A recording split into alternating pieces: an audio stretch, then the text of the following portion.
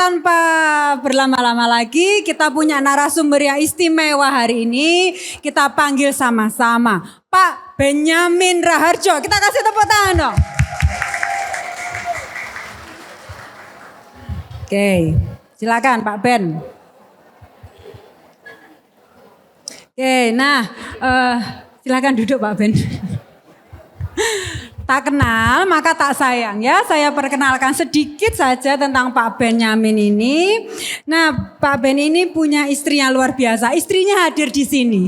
Istrinya boleh angkat tangan. Istrinya Pak Ben yang mana? Yeay. Ini istrinya Pak Benyamin. Pak Ben punya 4 orang anak, betul ya? Dan anak-anak lainnya yang berkaki 4 juga banyak ya di rumah ya Pak ya. Nah, kemudian bekerja di bidang, boleh diceritakan sedikit aja, bekerja di bidang apa Pak?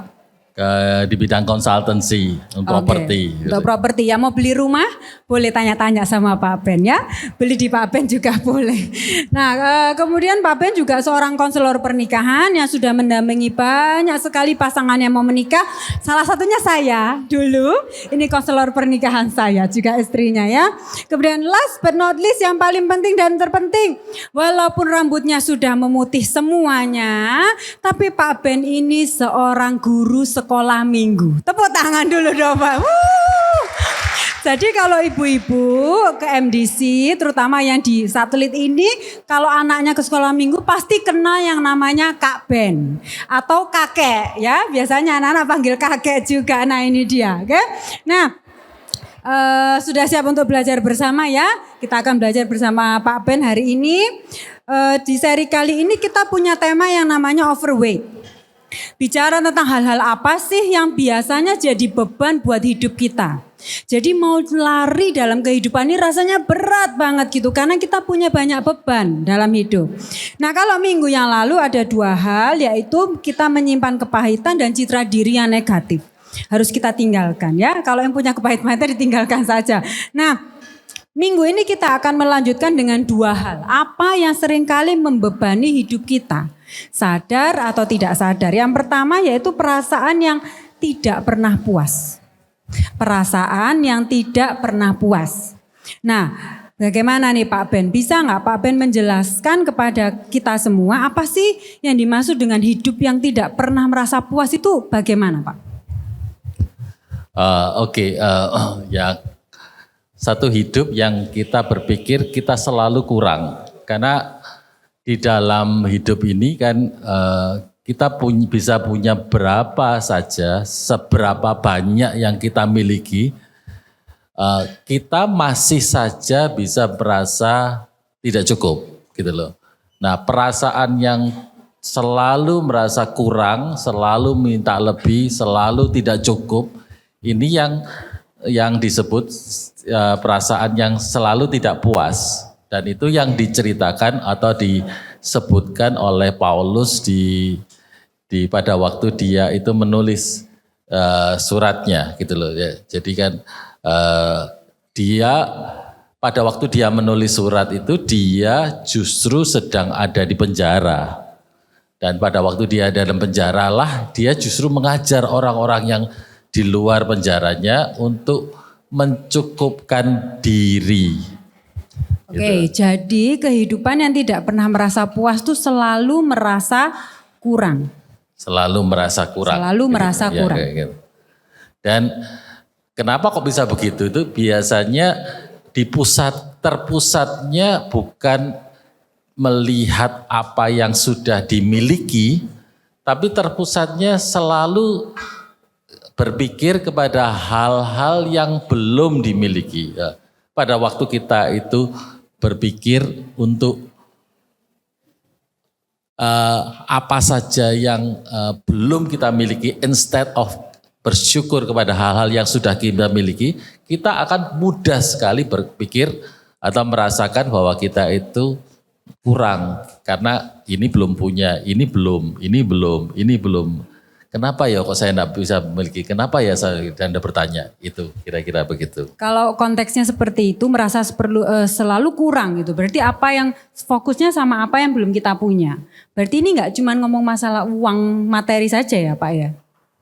Ya jelas gitu loh. Jadi apalagi kalau ada sekarang itu sosial media itu kan menunjukkan banyak kehidupan orang lain yang ditunjukkan yang bagus-bagusnya saja gitu kan ya. Yang ditonjolkan adalah yang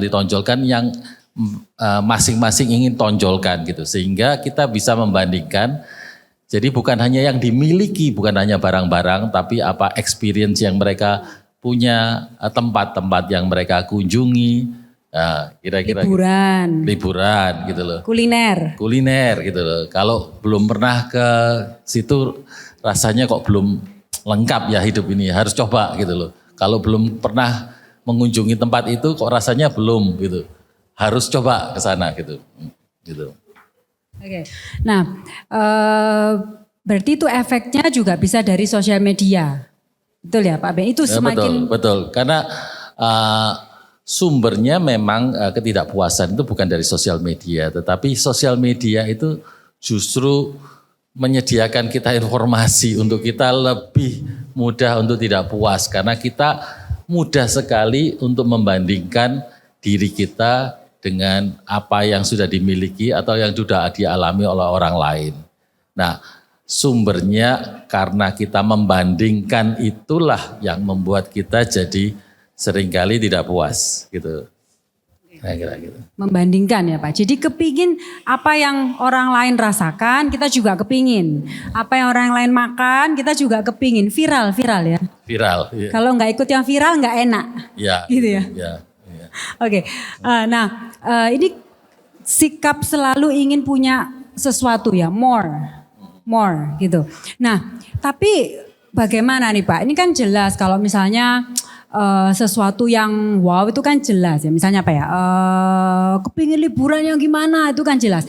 Tapi bagaimana kalau kita membedakan sikap yang kita ingin punya lebih hanya karena kita tidak puas, tapi dengan sikap yang ingin lebih karena kita kepingin lebih maju lagi, kita kepingin lebih berkembang lagi gitu. Misalnya lihat si A, wah dia kok hebat ya sudah segitu, aku harusnya juga bisa. Nah gimana membedakannya? Itu dua hal yang sangat berbeda sebetulnya. Sangat berbeda sekali. Karena yang disebutkan oleh Paulus itu sebetulnya perasaan yang tidak puas gitu. Perasaan yang tidak puas itu berbeda dengan pengembangan diri kita. Alkitab pun itu mengajarkan kita banyak sekali hal untuk mengembangkan diri. Banyak sekali hal. Contoh yang simple aja sebetulnya kalau kita bicara mengenai talenta. Talenta itu di Alkitab itu kita bisa terjemahkan atau kita bisa anggap sebagai satu talent yang kita miliki. Tapi pada saat perumpamaan itu diceritakan oleh Yesus sendiri, itu sebetulnya yang disebut talenta itu adalah uang, possession ataupun harta begitu. Nah itu diinginkan oleh Tuhan, dicontohkan untuk dikembangkan. Ya, entah itu dalam bentuk harta, entah itu dalam talent yang kita miliki itu. Bukan hanya diizinkan, tetapi didorong sebetulnya apa yang sudah Tuhan berikan kepada kita untuk kita kembangkan, tidak kita biarkan. Jadi Amsal juga banyak berbicara tentang kita, tentang bagaimana kita harus mengembangkan diri, tidak boleh malas gitu loh. Nah itu yang justru didorong, itu sesuatu yang sangat berbeda dengan rasa tidak puas. Kita belajarlah untuk pada waktu itu membedakan ya, rasa tidak puas yang membuat kita berpikirnya negatif dan membandingkan dan ingin itu, dan kadang-kadang karena tidak puasnya kita melakukan hal-hal yang kurang pas gitu atau decision yang kurang baik, dengan perbedaan bahwa kita itu tidak puas dengan pencapaian kita dalam arti lebih positif. Perasaannya bukan karena tidak marah, bukan tidak puas gitu, tetapi kita mau justru itu mendorong kita untuk lebih maju. Itu different gitu. Jadi kembali ke motivasi. Ya, kembali ke motivasi. Karena kan gini kan, jadi salah satunya bukan motivasi sebetulnya. Dan pada waktu kita merasa tidak puas, yang kita lihat itu adalah kita tidak melihat ke depan gitu loh. Kita melihatnya itu apa yang sekarang kita belum miliki gitu kan ya. Tetapi kalau kita secara positif kita bisa melihat apa yang kita bisa kembangkan dari yang kita miliki sekarang atau yang kita potensi yang ada di dalam diri kita, kira-kira gitu.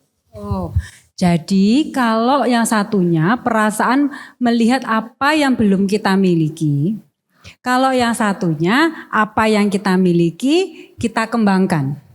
Betul ya Pak ya? Betul ya, gitu ya bedanya ya. Oke. Nah, di Alkitab itu disebutkan 1 Timotius 6, 9-10. Siapa yang ingin kaya mengalami kesusahan. Memangnya kita nggak boleh jadi kaya toh Pak Ben? Ini ngomong soal uang ini ya Pak ya? Oke. Mengembangkan uang. Alkitab itu sama sekali tidak pernah berbicara atau menentang sesuatu kekayaan. Karena Tuhan sendiri memberkati kita melalui harta dan kekayaan juga gitu loh. Bukan itu yang tetapi pada waktu motivasinya itu adalah kekayaan, ya. Yang dipikirkan aja tujuannya adalah kekayaannya, dan itu mendominasi cara berpikir kita. Nah, disitulah yang disebut ingin kaya di situ bukan karena ingin mengembangkan diri, tetapi karena motivasinya itu lebih ke arah harta dan kekayaan. Dan kalau itu terjadi, kesulitan itu juga akan menyertainya. Kira-kira gitu. Bisa kasih kami contoh nggak Pak? Contoh konkretnya gitu. Oke. Salah satu contoh konkret ya, gini. Kalau saya ada di corporate gitu ya di corporate itu. Ini bukan hanya bisa diterapkan di urusan-urusan yang pribadi, tetapi di urusan corporate pun demikian gitu. Jadi korporasi besar itu pada waktu mereka itu berpusat, ada beberapa, saya mungkin tidak sebutkan mungkin ya, ada beberapa korporasi besar yang saya pelajari gitu ya kan ya, yang mulai bahwa mereka itu they want to serve the people gitu ya. Misalnya tujuannya begitu gitu lah. Tapi pada waktu mereka serve the people itu mereka membuat produk, memberikan services dengan sangat bagus, dan pada waktu itu perusahaannya melejit dengan luar biasa dan keuntungannya melebihi perusahaan-perusahaan yang lain. Tetapi suatu ketika perusahaan itu mungkin berganti ke pemimpinan di mana mereka memikirkan untuk meningkatkan profit untuk shareholdernya, misalnya begitu.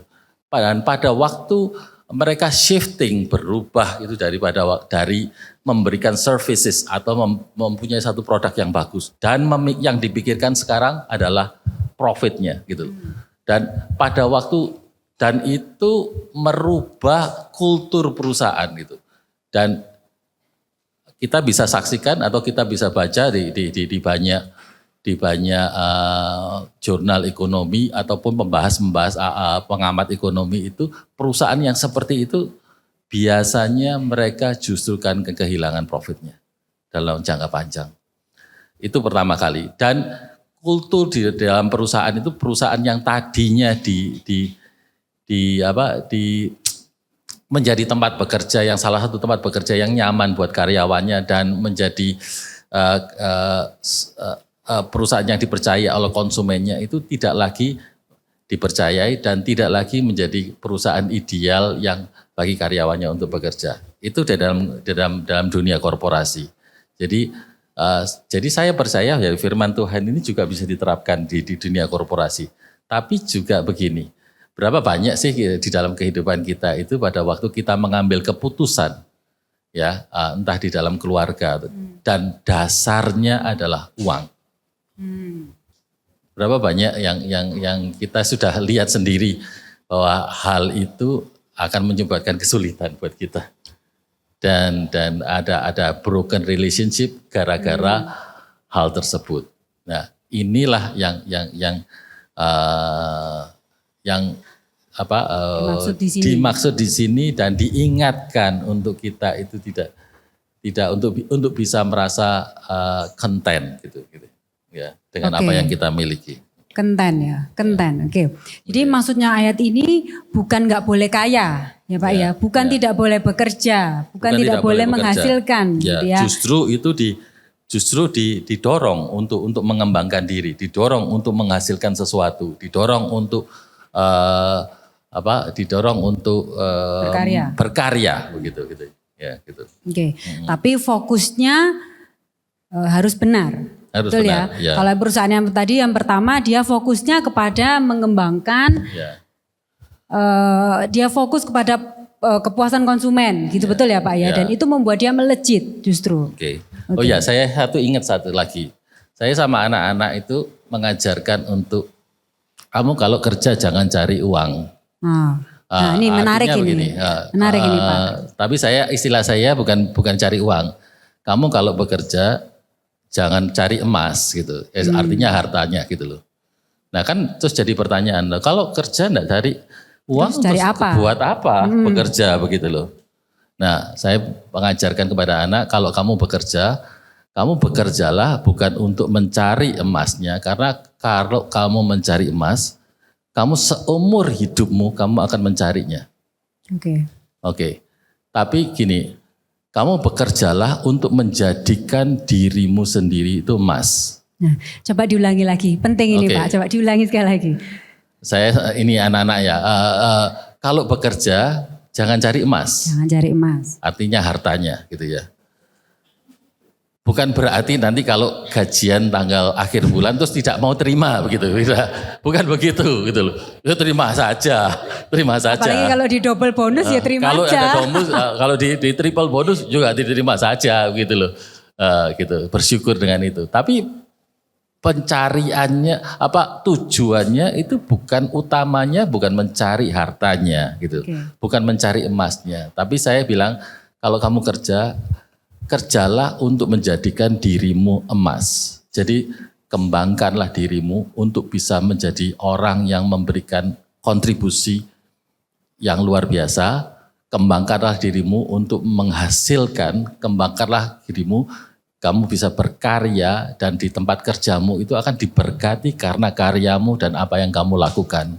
Dan jadikanlah, itu bukan hanya karya saja tetapi sikapmu harus baik. Harus benar, motivasimu harus benar, cara relationship kamu dengan istilahnya itu yang saya katakan kalau bekerja untuk menjadikan dirimu sendiri emas. Karena kalau kamu sudah jadi emas, kamu tidak perlu lagi mencarinya. Orang lain akan mencarinya, mencari kamu. Gitu. Kira-kira begitu. Jadi ini. Wow. Highlight of the day ya, jangan mencari emas, tapi jadilah emas supaya dicari gitu ya. Justru kalau kita yang jadi emas, justru kita yang dicari, betul ya Pak ya? Betul. Oke. Nah ini karena tadi kan banyak yang sudah mama-mama, banyak ibu-ibu. Ini kembali lagi ke tadi rasa tidak puas gitu ya. Zaman sekarang ini kan ibu bekerja itu udah hal yang normal. Betul ya Pak ya, kalau dulu kan ibu ya di rumah, masak, ngurus anak gitu ya. Tapi kalau sekarang ibu bekerja itu udah hal yang normal. Rasanya di sini juga sebagian besar ibu-ibu bekerja ya Bu ya. Nah bahkan banyak yang bilang kalau zaman sekarang ini semua keluarga harus punya double income. Supaya cukup. Yes. Gitu. Nah menurut Pak Ben bagaimana tentang ini hubungannya dengan ketidakpuasan? Dengan tidak merasa cukup atau gitu. Double income itu sudah biasa dan menurut saya masih bukan sesuatu yang jelek begitu. Tetapi bila kita itu punya sikap yang bisa puas itu atau tersebaliknya tidak puas, tidak gampang puas begitu dan minta terus, kita jadinya tidak tahu kapan atau when to stop. Karena kalau kita tidak tahu when to stopnya, kita tidak punya kontrol atas balance dalam kehidupan kita. Oke, sebentar Pak, kalau kita tidak tahu when to stop, ketidakpuasan itu akhirnya menuntun pada tidak tahu when to stop. Ya, gitu yang disebut ketidakpuasan itu kan untuk mencukupkan diri dengan apa yang ada, dengan cukup diri. Nah, pada waktu kita tidak punya skill itu, ya kan? Kita akan bekerja and we don't know when to stop. When to stop itu artinya bukan karena pekerjaannya, tetapi di dalam kehidupan kita itu bukan hanya bekerja saja. Kita punya suami, gitu ya. Kalau saya bahkan sebagai istri, kita punya anak, kita punya keluarga, kita punya extension family, juga kita punya activity yang lain, kita punya pelayanan mungkin gitu. So kita tidak bisa jadinya untuk menata atau waktu kita menjadi sesuatu yang balance. Pada waktu kita tidak punya kontrol terhadap untuk merasa cukup. Gitu. Tapi pada waktu kita merasa cukup, kita bisa mencukupkan diri. Kita tahu, kita bekerja untuk mengembangkan diri ya. Tetapi kita tak akan lebih gampang untuk mengetahui when to stop and change to another activity. Untuk misalnya untuk spend time untuk orang lain, anak-anak, untuk gitu ya, Pak, dengan ya? anak-anak, dengan keluarga atau dengan suami. Kita jadi mudah sekali untuk bisa mengatur balance of life-nya kita. Jadi tidak ada istilah lagi, aku sibuk kerja, gitu ya Pak ya. Terlalu aku sibuk ini, sibuk itu. Seharusnya semuanya bisa diatur as long as kita punya skill untuk okay, this is enough. Betul? Ya, betul, Ya. betul. Ya. Oke. Nah, bagaimana nih Pak? Kami ini sebagai mama, sebagai oma, juga ada yang masih single. Bagaimana sih kita bisa menang? Atas perasaan nggak puas ini kan pasti setiap hari ada ya. Mestinya ada gitu, nggak cuma masalah uang aja gitu. Nanti yang sana lebih ini, yang situ lebih ini lebih itu tuh pasti ada terus Pak. Nah itu gimana caranya? Kami semua kepingin menang dari perasaan-perasaan itu, bagaimana? Satu hal tips yang Tuhan berikan adalah bersyukur, gitu loh, bersyukur. Ini adalah antidote-nya, kalau antidote-nya ataupun apa ya, obat penawarnya kalau kita itu sulit untuk merasa puas gitu ya. Jadi karena bersyukur itu seperti kita Mazmur untuk berkatakan untuk menghitung berkat. Menghitung berkat yang sudah kita terima gitu ya. Jadi apa yang kita sudah miliki saat ini di tengah-tengah mungkin ketidaksempurnaan, di tengah-tengah yang mungkin kita tadinya berpikir tidak cukup gitu. Tapi coba dilihat apa yang sudah kita miliki dan kita bersyukur kepada Tuhan. Membiasakan diri untuk bersyukur, dan kalau kita bisa bersyukur dengan apa yang sudah kita miliki dan apa yang sudah Tuhan berikan dalam kehidupan kita, itu adalah langkah pertama untuk mengatasi rasa tidak puas itu.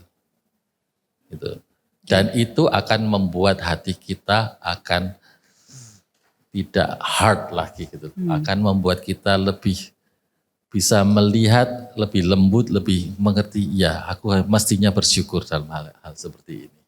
Nomor satu. Jadi, gitu. Nomor satu, Gitu, bersyukur. Itu obat penawar yang paling pertama. Sudah bersyukur hari ini Ibu?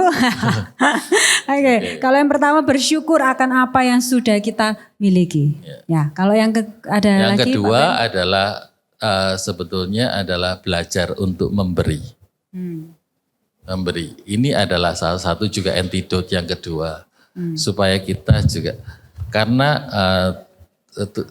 Alkitab itu berkata di Kisah Rasul 20 ayat yang ke-35 ya kalau mau dicatat, bahwa terlebih besar berkatnya itu untuk kita berbagi atau memberi daripada kita menerima. Coba tolong diulangi Pak, Kisah Rasul berapa? 20 ayat 35. Kisah Rasul 20 ayat 35. Di situ ayatnya berkata, adalah lebih berbahagia memberi daripada menerima. Gitu loh.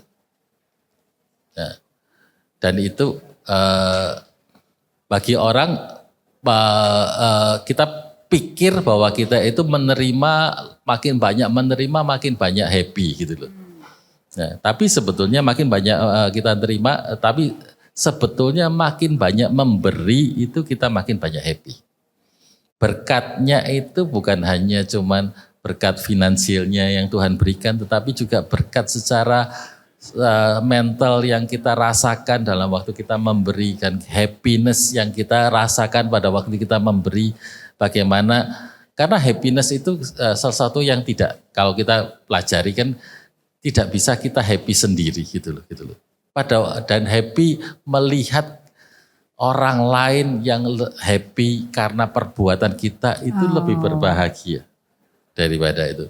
Dan itu adalah salah satu melatih kita antidote yang kedua, yang obat penawar yang kedua yang untuk kita pakai untuk kita menjadi orang-orang yang memberi, dan kita tidak terpusatkan pada kekurangan kita, tapi di dalam kekurangan kita pun kita bisa memberi. Gitu. Wow. Kalau yang pertama tadi obat penawarnya adalah bersyukur. Obat penawar yang kedua memberi. Silakan tadi kalau katanya udah dikasih tahu mungkin mau memberi sponsor mungkin ya untuk Senin minggu depan. Mungkin bisa supaya lebih berbahagia ya. Langsung dipakai ya. Langsung tadi kan dipakai. gitu ya yang pertama katanya. Ya, Oke. Nah yang ada obat penawarnya lagi Pak? Ada satu lagi. Di dalam keputusan-keputusan yang ada urusannya dengan kepemilikan harta yang kita miliki, fokus on relationship. Fokus on relationship. Pentingkan relationship itu lebih daripada apa yang kita miliki. Daripada materi. Okay. Karena kan Amsal berkata kalau orang itu serakah, keluarganya itu kan susah gitu. Itu di Amsal pasal yang 15 ayat 27 gitu. Tapi di Amsal 21 ayat 14 itu kalau kita memberi, itu justru kita pemberian itu bisa membangun satu relasi pada orang lain. Jadi ada hubungannya. So focus on relationship more daripada kita dari harta kepemilikan yang kita miliki. Itu mungkin kita. Oke, jadi ini berlaku ya, fokus on relationship pada keluarga, pada pasangan, pada bekerja di perusahaan, fokusnya kepada relasi. Ya, jadi obat penawar yang pertama, ibu-ibu mari kita bersyukur. Obat penawar yang kedua, mari kita memberi. Ditunggu ya minggu depan. Enggak, itu bercanda aja ya. Enggak ada spon, enggak ada ini dari panitia, enggak ada kok. Kemudian yang ketiga, mari kita saling fokus kepada relationship.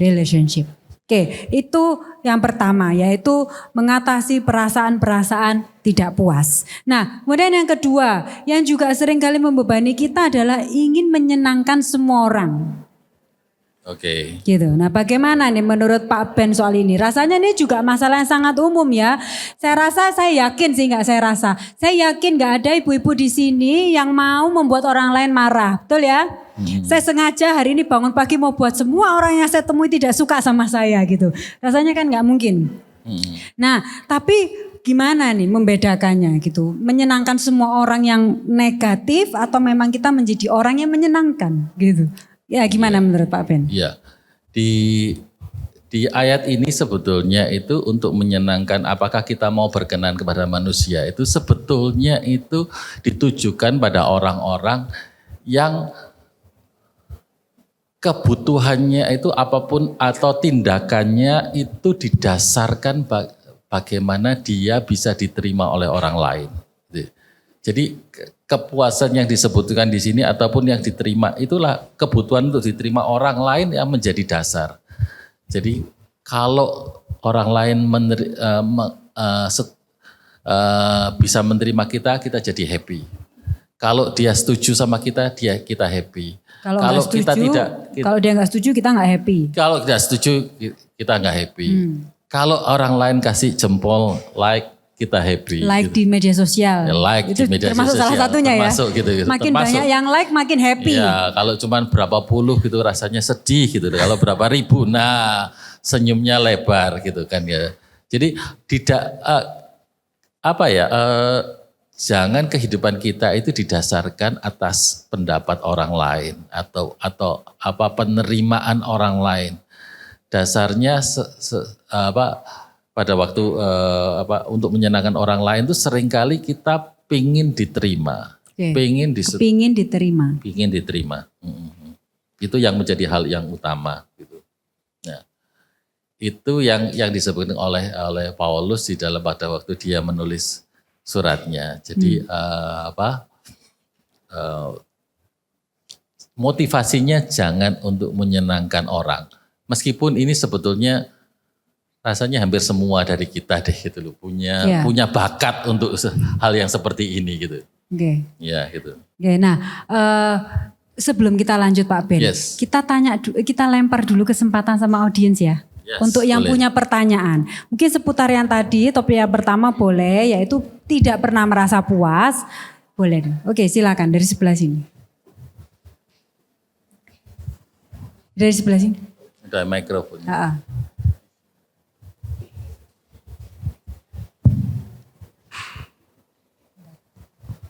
Halo. Halo, selamat pagi. Pagi Pak Ben.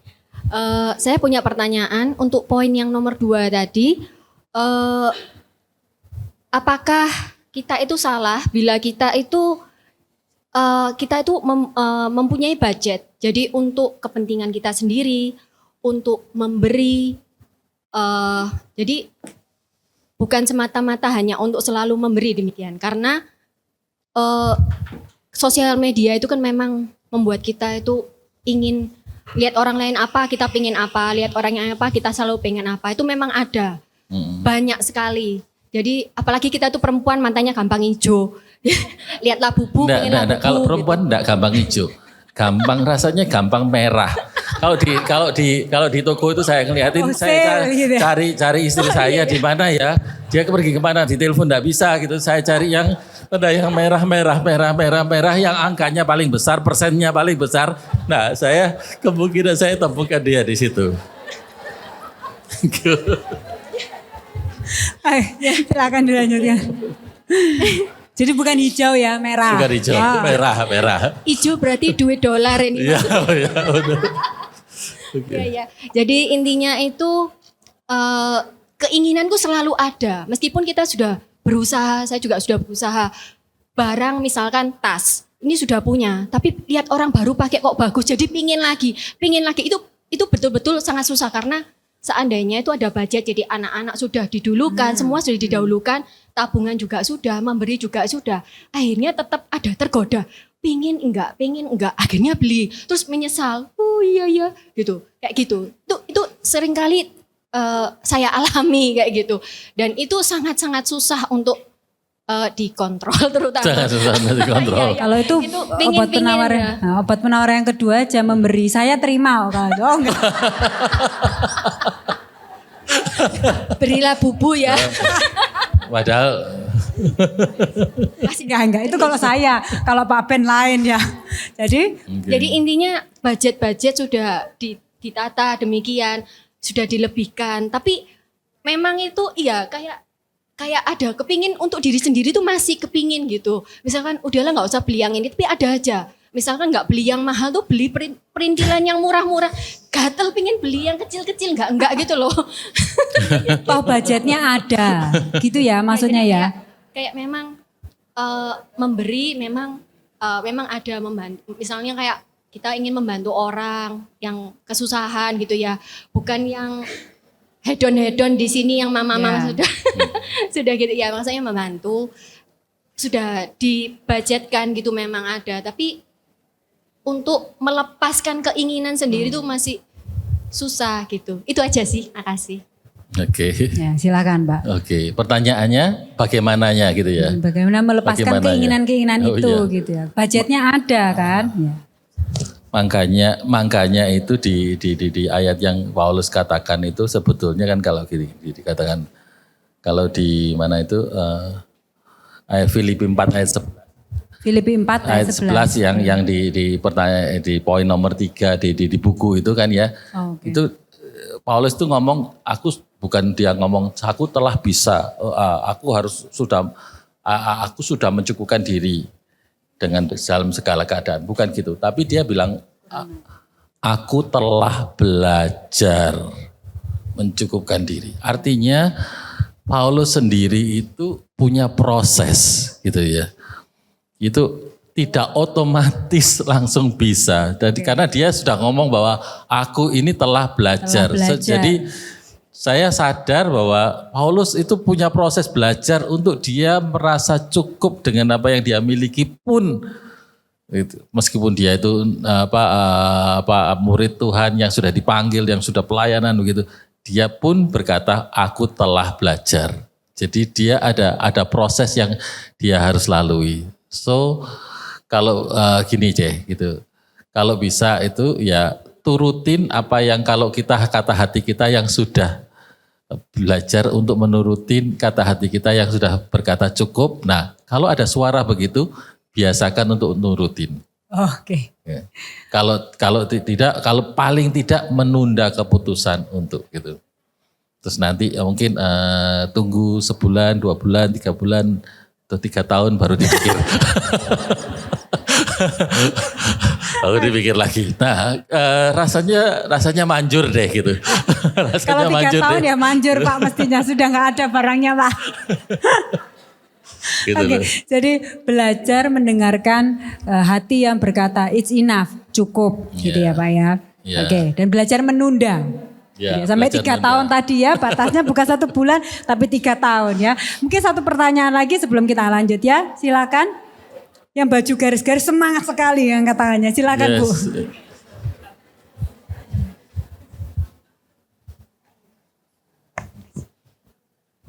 Selamat siang. Saya mau tanya tentang hal memberi. Ini sesuatu yang timbul dari hati menurut saya. Kadang berpikir itu timbul karena dari Tuhan. Tuhan yang menyuruh. Tetapi saya justru terkadang sering dimanfaatin orang. Tetapi ada satu ayat yang buat senjata. Ayat itu, tuluslah seperti merpati dan cerdik seperti ular. Ini membuat saya bingung. Saya harus memberi atau menunda.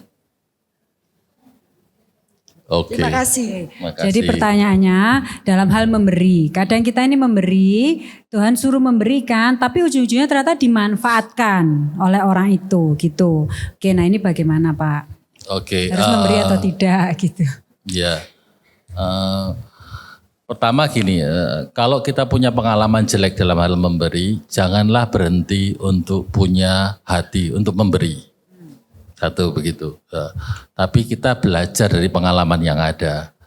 Jadi saya pun punya pengalaman yang serupa, memberi itu akhirnya dimanfaatkan. Itu ya kan. Pernah Pak? Oh sering. Oh sering. Sering gitu ya kan itu tuh. Jadi kalau memang kejadiannya begitu dan kita tahu akan gitu, saya akan untuk wise untuk memberi pada tempat yang tepat atau pada pihak yang tepat. Kalau itu pihaknya masih mungkin tidak tepat, ya saya tidak akan memberikan. Karena tujuan saya memberi itu untuk entah mendidik atau membuat orang itu bertumbuh atau bisa melakukan sesuatu yang dia akhirnya dia bisa mandiri begitu. Kira-kira begitu.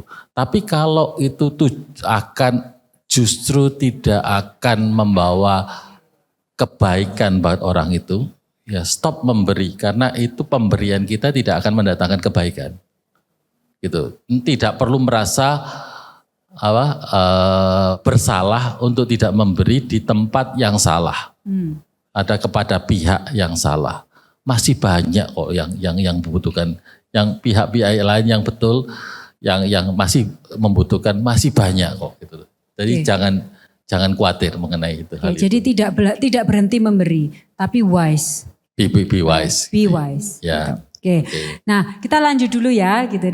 Tadi ke topik yang kedua yaitu ingin menyenangkan semua orang. Nah, apa sih Pak bedanya orang yang punya tujuan yang hanya ingin menyenangkan semua orang dengan yang selalu ingin melakukan yang terbaik? Contoh nih, mama-mama kan banyak ya, setiap pagi siapa yang siapkan bekal untuk anaknya gitu kan. Senang ya gitu, kalau anaknya senang, suaminya senang kan senang gitu. Ingin melakukan yang terbaik. Nah apa bedanya dengan hanya menyenangkan semua orang saja? Oke, bedanya itu sangat bumi dan langit. Gitu, istilahnya begitu. Gitu. Karena yang pertama itu menyenangkan semua orang itu yang disebutkan di sini itu adalah sebetulnya dasarnya menyenangkan semua orang itu yang disebutkan yang salah ini adalah karena motivasinya sebetulnya yang tersembunyi adalah untuk diri sendiri. Oke. Kalau ingin Untuk menyenangkan semua orang, motivasinya diri sendiri. Ya, karena pada waktu kita kesenangan kita dapat kesenangan pada waktu orang itu merasa, oh ya kamu baik ya, oh ya itu yang kita cari, itu yang kita approval dari others, itu yang kita cari dan kita usaha untuk mendapatkan. Nah, sebetulnya kelihatannya menyenangkan orang lain, tapi hal seperti itu sangat inward looking ataupun mementingkan diri sendiri sebetulnya. Different dengan mungkin coba Roma 15 ayat yang kedua coba kita Roma baca. 15 ayat yang kedua. Iya, Roma 15 ayat yang kedua kalau saya ingin Pak Den, sebentar saya ambil. Oke, saya akan bacakan deh. Itu boleh ditulis dulu ya kan. Roma 15 ayat yang kedua. Ini adalah ayat yang kelihatannya sama menyukakan orang lain, tetapi it's very different gitu kan ya. Nah, setiap orang di antara kita harus mencari kesenangan sesama kita demi kebaikannya untuk membangunnya. So, bukan masalah menyenangkan orang lainnya itu yang salah, tetapi when we are craving, mencari, pada waktu kita menyenangkan orang lain, mereka setuju dengan kita, memuji kita, dan itulah yang kita cari. Itu adalah sebetulnya kita berpusat pada diri sendiri. Tapi pada waktu kita itu menyenangkan orang lain untuk kebaikan orang lain tanpa kita memikirkan bahwa kita itu mau mencari kenyamanan untuk diri sendiri. Nah, itu sesuatu yang positif justru. There are two different things. Memang bukan berarti menyenangkan terus kalau tidak boleh menyenangkan orang lain jadi orang yang benceno gitu sama orang lain gitu. Ya bukan begitu. Bukan begitu. Tapi Alkitab itu sebetulnya jelas. Yang tadinya itu menyenangkan orang lain dengan yang disebut oleh Paulus mencari kesenangan orang lain, itu orang-orang yang ditulis di situ itu jadinya mengambil tindakan yang salah atau punya motivasi yang salah. Kan kelihatannya benar melakukannya, tetapi motivasinya adalah mencari perhatian untuk dirinya sendiri. Gitu loh. Tapi pada waktu kita berbicara untuk kebaikan orang lain, itu sama sekali itu is a different thing, itu totally different dengan itu. Dan itu justru harus didorong, justru itu harus di-encourage gitu. Di-encourage, oke. Ya, gitu. Nah kalau kembali lagi ke pernyataannya Pak Ben, kalau hidupnya tidak didasarkan kepada diri sendiri ini Pak, lalu dasar hidup kita ini seharusnya apa Pak? Oke. Begini, jadi kan gini. Bagaimana caranya untuk supaya kita itu biasanya gini, kecenderungan kita untuk minta menyenangkan orang lain supaya kita punya perhatian itu justru biasanya bersumber pada kita merasa tidak secure, kita merasa tidak diterima, kita merasa kita tidak berharga, sehingga orang-orang yang seperti itu akan mencari perhatian untuk menambahkan seolah-olah PD-nya begitu, asalnya begitu. Karena dianya sendiri tidak secure. Ya. Tapi bagi orang yang secure, hal itu dia justru bisa berpusat tidak pada diri sendiri, tetapi kepada orang lain. Dan sebetulnya kalau Alkitab berkata bahwa kita itu berharga di mata Tuhan. We are created in His image, gitu ya kan ya. Kita diciptakan dalam gambar Allah di dalam diri kita, dan kita itu berharga. Saya ingat satu cerita deh, gitu. Satu cerita. Ada seorang pelukis yang terkenal dan dia jalan-jalan di satu tempat begitu, tiba-tiba di toko ada satu toko kecil gitu yang menjual barang-barang kuno gitu loh. Dan matanya dia terpusat ke ada satu benda yang di dalam ada di etalase di toko itu. Dan benda itu adalah setelah dia dekati dan dia lihat bahwa itu adalah lukisannya yang sudah bertahun-tahun yang lalu dia lukis, dan itu lukisan mungkin awal-awal, beberapa lukisan awal pada waktu dia berkarir sebagai seorang seniman atau seorang pelukis. Lukisannya sudah kelihatan jelek, sudah kelihatan berdebu, dan figurannya sudah retak dan sudah tidak diperbaiki itu. Cuman karena itu di toko-toko yang untuk barang-barang yang sudah tua memang ditaruh begitu saja gitu. Tapi si pelukis ini ingin memilikinya. Tapi pada waktu dia ingin memilikinya itu, dia tidak bisa berkata kepada pemilik toko, ini punya saya yang lukis. Gitu. Karena pada saat itu sudah bukan menjadi miliknya lagi. Gitu. Dia harus mengambil uang dan membayar lukisan tersebut. Dan pada waktu dia membayarnya itu, barulah dia bisa membersihkan lukisan itu, dan barulah dia bisa memperbaiki lukisan itu, dan dia bisa mengganti dengan figura yang baru dan dia miliki. Bukankah kehidupan kita itu demikian berharga sampai Tuhan itu harus mati di kayu salib untuk membeli kembali kehidupan kita, supaya dia bisa membersihkan kita, dia bisa memperbaiki kita, dan dikasih frame yang baru. We are perlu sadar bahwa our life itu is precious. Sampai Tuhan itu juga harus mati di kayu salib untuk kita. So we don't need untuk menambahkan perhatian orang lain, untuk menambahkan value dalam kehidupan kita. Ketahuilah bahwa Tuhan itu justru yang menaruh value itu di dalam kehidupan kita. Gitu. Oke. Jadi kita tidak perlu sebetulnya mencari kesenangan dari orang, mencari approval lagi dari orang lain, karena kita ini berharga. Yes. Betul ya? Oke. Oke. Oke. Oke. Nah, oke. Mau pertanyaan dulu? Oke, kita lempar pertanyaan dulu ya Pak Ben ya. Oke, silakan. Apa ada yang mau bertanya? Boleh. Mungkin untuk poin ini ya. Untuk poin ini, jadi untuk poinnya ingin menyenangkan semua orang. Apa ada yang mau bertanya? Ini bagian sini. Siang, saya mau bertanya, apa makna sebenarnya menjadi orang yang menyenangkan, penuh pengertian dan kasih? Bagaimana kita bisa menerapkan sikap ini dalam interaksi sehari-hari tanpa merasa terbebani? Terus saya mau menambahkan, kalau kita bagaimana cara menyenangkan, penuh pengertian dan kasih terhadap orang yang istilahnya sama kita tidak bersikap seperti itu, Pak.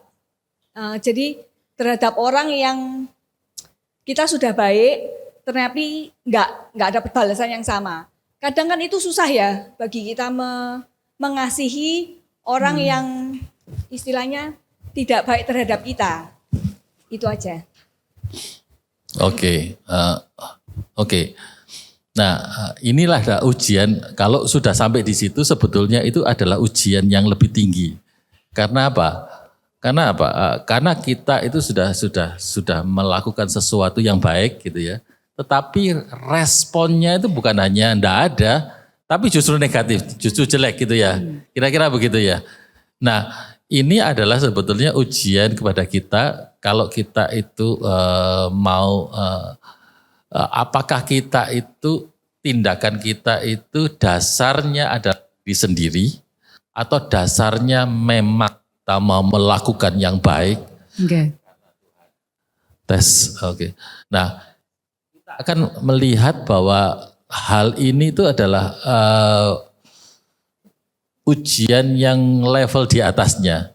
Pada waktu kita tidak menerima respon yang baik, mungkin kita ya sudahlah. Tapi pada waktu responnya malah negatif, itu adalah ujian buat kita untuk mengetahui apakah memang yang kita lakukan itu dasarnya kita ingin melakukannya untuk kepuasan kita, sehingga kita demand atau kita itu menuntut satu respon tertentu pada waktu kita melakukannya, Atau justru kita melakukannya karena kita itu punya value ada dalam kita dan kita anak Tuhan dan kita memang kita tahu bahwa aku mau melakukannya itu karena Tuhan sudah memberkati aku. Nah, itu adalah mungkin level di atasnya. Jadi mungkin itu kalau saya mungkin jawab begitu sih gitu. Oke. Jadi ini ternyata ujian yang paling tinggi, gitu ya, lebih tinggi lagi ya gitu. Jadi akan teruji apakah kita melakukannya hanya untuk diri kita sendiri atau memang kita melakukannya untuk orang lain, gitu ya Pak ya. Kalau melakukannya untuk diri sendiri pasti ujung-ujungnya kepahitan, jengkel, gitu ya Pak ya. Tapi saya beritahu ya, enggak mudah. Saya juga tidak mudah, ya.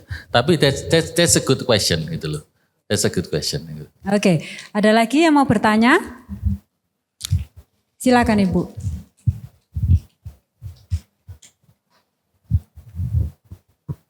Kak Ben, mundur dari yang tadi di dalam memberi, bagaimana untuk kesepakatan pasangan? Dan apakah kadang saya lihat ada pengaruh juga di dalam kultur keluarga kalau suka memberi, biasanya kita tuh suka memberi, tapi kalau tidak sepakat dengan pasangan, itu bagaimana? Itu pertanyaan saya pertama. Yang kedua, pertanyaan Kak Intan tadi yang di awal, bagaimana kalau pasangan suami istri kalau misalkan bekerja tapi itu merupakan tuntutan. Kan tadi Kak Intan kan nanya, kalau itu misalkan tuntutan, maksudnya bukan dari ucapan syukurnya butuh gitu. Thank you. Tuntutan apa ya kalau dari? Tidak cukup uang belanjanya. Okay. Harus. Oke. Memang harus bekerja. Harus Ya. bekerja gitu ya. Oke. Yang tadi berarti ada dua pertanyaan pertama, ya? memberitakan tahu harus memberi, tapi ternyata tidak sepakat dengan pasangan. Ya. Nah, itu bagaimana? Yang pertama dulu mungkin ya Pak. Yang pertama ya.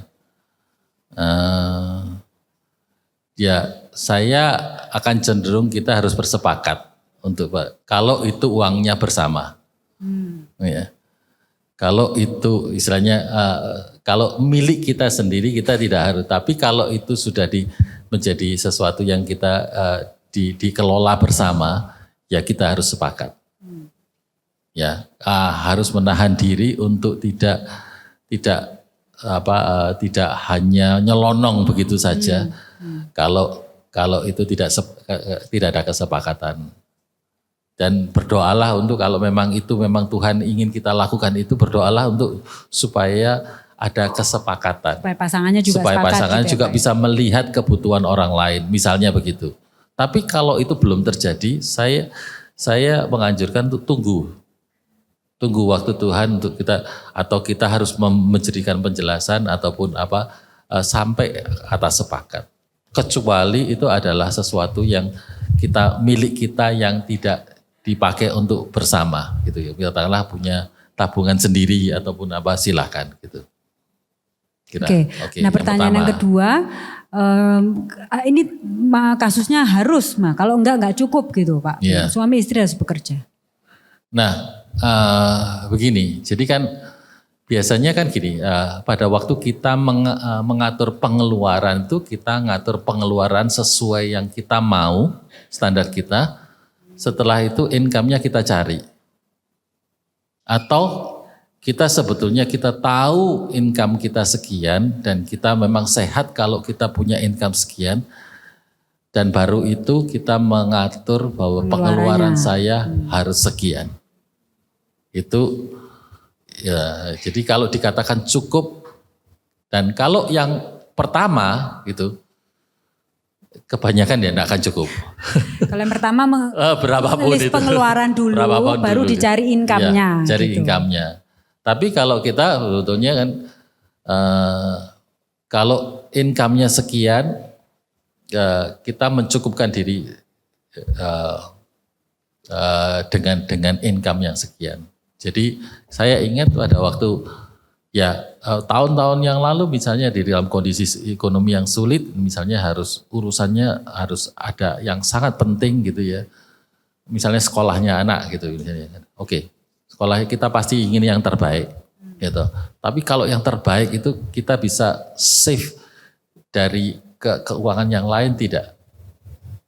Kalau tidak, saya juga harus mengambil keputusan bahwa tidak harus bersekolah di situ. Ya, hal-hal itu adalah satu keputusan, di mana keputusan untuk kita bisa merasa cukup dengan income yang ada. Oke, masih. Oke, nah masih cukup untuk satu pertanyaan lagi. Oke, satu pertanyaan lagi terakhir dari ujung sebelah sana.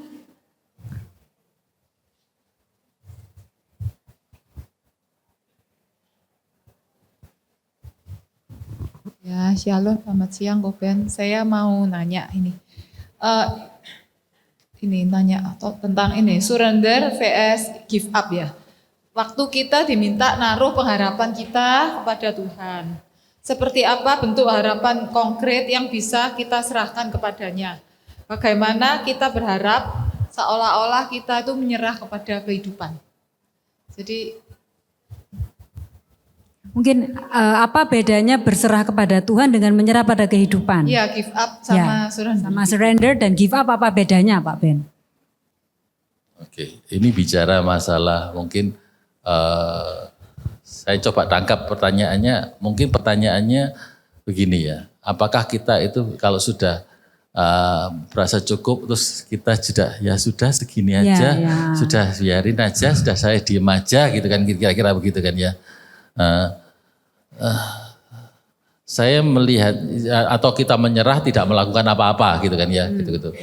Saya kira Tuhan itu ada dua sisi gitu ya, kalau saya melihatnya gitu ya, ya kan. Seperti mungkin panitia di sini menyediakan minuman supaya kita semua tidak haus, itu bukan kita ya, kecuali panitia yang gitu ya. Tapi yang harus membuka botolnya dan mengangkat botolnya ke mulut kita, itu tidak bisa orang lain kecuali kita. Ada bagian yang Tuhan itu kerjakan untuk kita, tapi ada bagian yang harus kita kerjakan. Tidak bisa kita berkata bahwa kalau Tuhan sudah sekian, ya sudah saya diem aja, pokoknya datang sendiri. Ya mungkin begitu ya. Jadi tidak begitu dalam kehidupan. Tuhan itu sediakan. Kalaupun di Alkitab itu disediakan mana, ya kan? Enggak perlu masak, enggak perlu mana itu jatuh dari langit setiap hari. Tapi kalau enggak ada yang mau ngumpulkan, ya enggak makan hari itu. Gitu loh. Itu prinsip yang Tuhan berikan gitu loh. Jadi ada bagian yang harus kita lakukan. Dan kalau saya bayangin kalau kita mengumpulkan mana, kalau keluarganya saya anaknya 4 ya, ngumpulkannya untuk 6 orang minimal gitu ya, buat saya gitu loh. Kalau anaknya 1 ya cukup untuk mengumpulkan untuk mana 1. Tapi kalau yang anaknya lebih dari 4 ya harus mengumpulkan lebih lama, banyak lagi. Meskipun itu ada bagian Tuhan yang untuk memberkati kita, tapi tetap ada bagian kita untuk supaya berkat itu kita bisa miliki dan kita nikmati. Mungkin itu jawaban saya. Jadi bukan give up pada keadaan gitu aja gitu ya, tapi ada percaya ada bagian yang Tuhan kerjakan, Tuhan memberkati kita, tapi kita juga mengusahakannya. Boleh kasih kami semua kalimat pendek saja untuk closing hari ini Pak Ben. Jadi tadi untuk yang pertama kali itu untuk mencukupkan diri ini adalah satu hal yang penting dan itu harus belajar. Harus belajar. Itu tidak datang dengan sendirinya. Harus belajar dan kalau kita sudah belajar itu beban itu akan terangkat itu banyak dalam kehidupan kita. Belajar itu, merasa cukup itu please, ya Pak gitu. ya. Karena kita akan bisa punya waktu, punya energi lebih untuk melakukan hal-hal yang lain yang lebih berguna. Ya. Yang kedua juga menyenangkan untuk masalah menyenangkan semua orang itu ya dirimu ini berharga di mata Tuhan. Dirimu ini berharga di mata Tuhan. Tidak perlu mencari dari luar untuk menambah harga value di dalam dirimu ini. Lakukan yang terbaik tapi tanpa cari. Harus. Karena you are precious in God's eyes. Thank you. Kasih tepuk tangan untuk Pak Ben. Thank you. Terima kasih.